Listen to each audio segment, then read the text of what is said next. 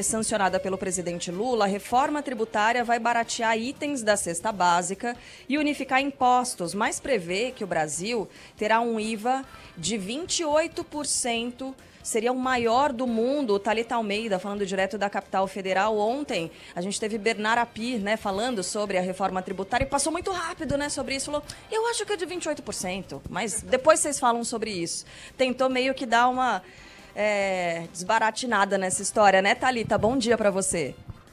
Exatamente, Carla. Bom dia para você, Megali, Sheila. Olha, o novo texto ele vai baratear o preço do prato feito, mas vai encarecer produtos como refrigerante, por exemplo. Você citou bem nessa sessão de ontem esse último valor que torna a taxa a mais alta do mundo, foi falado ali baixinho, do tipo, vamos seguir a pauta. A mudança, então, está prevista nessa nova lei de regulamentação. O texto foi sancionado com alguns vetos, mas, segundo a equipe econômica, são vetos que não mudam a essência, não vão impactar aí diretamente no texto, segundo a ala econômica. E aí foi detalhado o funcionamento do Imposto sobre Valor Agregado, que é o IVA, que vai unificar 5 tributos. A gente tem o fim do PIS, COFINS, ICMS, IPI e ISS. No lugar, serão criadas a Contribuição sobre Bens e Serviços, a CBS, de arrecadação federal, e também o Imposto sobre Bens e Serviços, que é o IBS, de estados e municípios. A alíquota do IVA ainda não é definitiva, mas, como a gente ressaltou, deverá ficar aí na casa dos 28%, que seria uma das maiores do mundo. A gente não está falando só do Brasil, do mundo. O cálculo ainda será definido através de uma regulamentação específica, que vai ser tratada em um projeto de lei complementar. O secretário responsável pelo tema no Ministério da Fazenda, Bernard Api, destacou que o texto vai trazer aumento da renda para a população brasileira. A gente vai ouvir essa parte. Nós estamos falando num aumento relevante do potencial de crescimento do país, estamos falando no aumento da renda num prazo longo, não é do dia para a noite, mas num prazo de 10 a 15 anos, estamos falando no aumento da renda maior de 10%, além do que cresceria o PIB de todos os brasileiros por conta dessa reforma tributária que está sendo aprovada, e estamos falando de um sistema mais justo do que o atual, porque desonera mais os pobres e onera mais os ricos, ao contrário do que acontece hoje.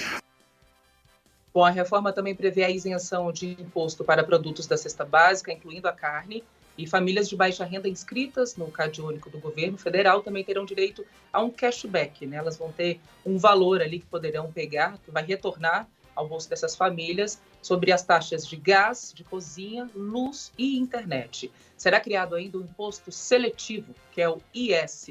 São várias siglas, mas eu acho que com o passar do tempo a gente vai se acostumando aí com o significado de cada uma delas. Esse IS, ele incide sobre produtos considerados prejudiciais à saúde e ao meio ambiente. Então, cigarros, bebidas alcoólicas, além de bebidas com alto teor de açúcar, como refrigerantes e chás industrializados, serão sobretaxados. Em discurso durante a cerimônia de sanção, o presidente Lula disse que a aprovação da reforma é uma proeza da democracia. Mas fazer o que nós fizemos num regime democrático, com um Congresso onde o meu partido só tinha 70 deputados e 9 senadores.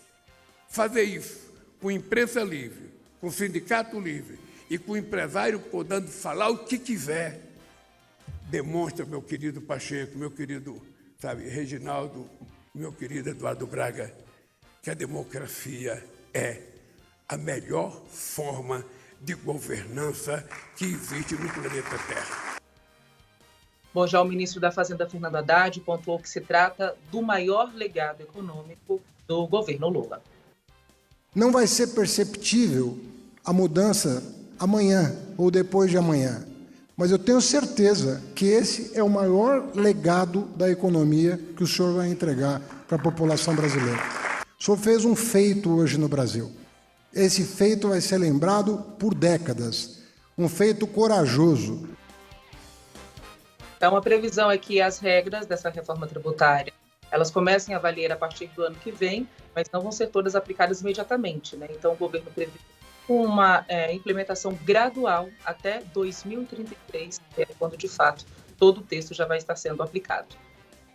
Ô, Thalita, e o Pix, Ainda há muitos ecos daquelas fake news divulgadas a respeito do Pix, as falhas de comunicação do governo, e agora está nas mãos do Congresso Nacional uma medida que evitaria polêmicas futuras, Essa MP nós tivemos ontem ainda, O governo já tinha decidido essa medida provisória, ela foi publicada e vale por 120 dias. E ela precisa ser votada no Congresso para não perder a validade, né? Então, oficialmente, agora o governo publica essa mudança no PIX. Não vai ter, né, nenhuma alteração. A gente volta ao modelo que a gente tinha anteriormente. E é importante até ressaltar o seguinte, né? Eu disse mudança, mas na verdade não haveria uma sobretaxa no PIX, né, estimulando essas notícias falsas que foram veiculadas. O texto do governo destaca pontos importantes, e aí nessa medida provisória o Executivo fez questão de deixar isso bem claro, né, pontuou ali que o objetivo é ampliar e garantir o sigilo dos pagamentos por PIX, e não a incidência de preço superior nas transações, nem qualquer imposto, taxa ou contribuição, comparando e deixando aí equiparado, né, o PIX com o dinheiro em espécie. A medida já está em vigor. Vale lembrar que desde 2020, quando foi lançado, e essa movimentação aqui chama muita atenção, o PIX se tornou uma das principais formas financeiras no país. Só no ano passado, para a gente ter uma ideia, foram 27 trilhões de reais movimentados pelo PIX. Um crescimento de mais de 50% na comparação com 2023, isso de acordo com dados do Banco Central. E vale lembrar também que a gente acompanha um inquérito da Polícia Federal que agora vai apurar essas notícias falsas que foram disseminadas. É importante que, além da Polícia Federal, o governo também acionou a ajuda da Secretaria Nacional de Defesa do Consumidor, que é o órgão ligado ao Ministério da Justiça, para apurar práticas abusivas nas relações de consumo que ocasionaram a aplicação de golpes. A AGU também solicitou que sejam tomadas providências em relação a crimes como envio de boletos e cobranças. A gente recebeu mensagem aqui de um ouvinte que recebeu a seguinte informação: olha, para você não ser taxado, você precisa pagar uma taxa de R$80 para o seu nome não ser ali monitorado pelo governo. Ele pagou, mas não existe isso, né? Então, criminosos acabaram se aproveitando dessas notícias falsas para aplicar esse tipo de fraude. Então, essas pessoas também estão no alvo para serem identificadas. Mas fato é, tudo volta como era antes, né? A gente não vai ter nenhuma mudança tanto da Receita Federal, quanto por parte também do governo federal em relação a isso, para acabar com qualquer especulação que a gente já viu, né? Que trouxe um efeito super negativo para o governo federal. Valeu, Thalita.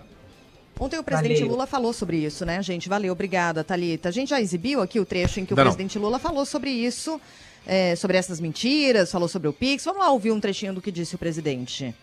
Nós não temos que ter medo de enfrentar as mentiras da fake news e nós não temos que ter medo de fazer o debate. Porque se a gente perde um sistema democrático que está correndo risco no mundo inteiro, a gente vai voltar à coisa que nós não queremos voltar, ao fascismo, ao nazismo e à violência e o desrespeito aos direitos humanos, à mulher, aos negros, aos pobres do mundo inteiro.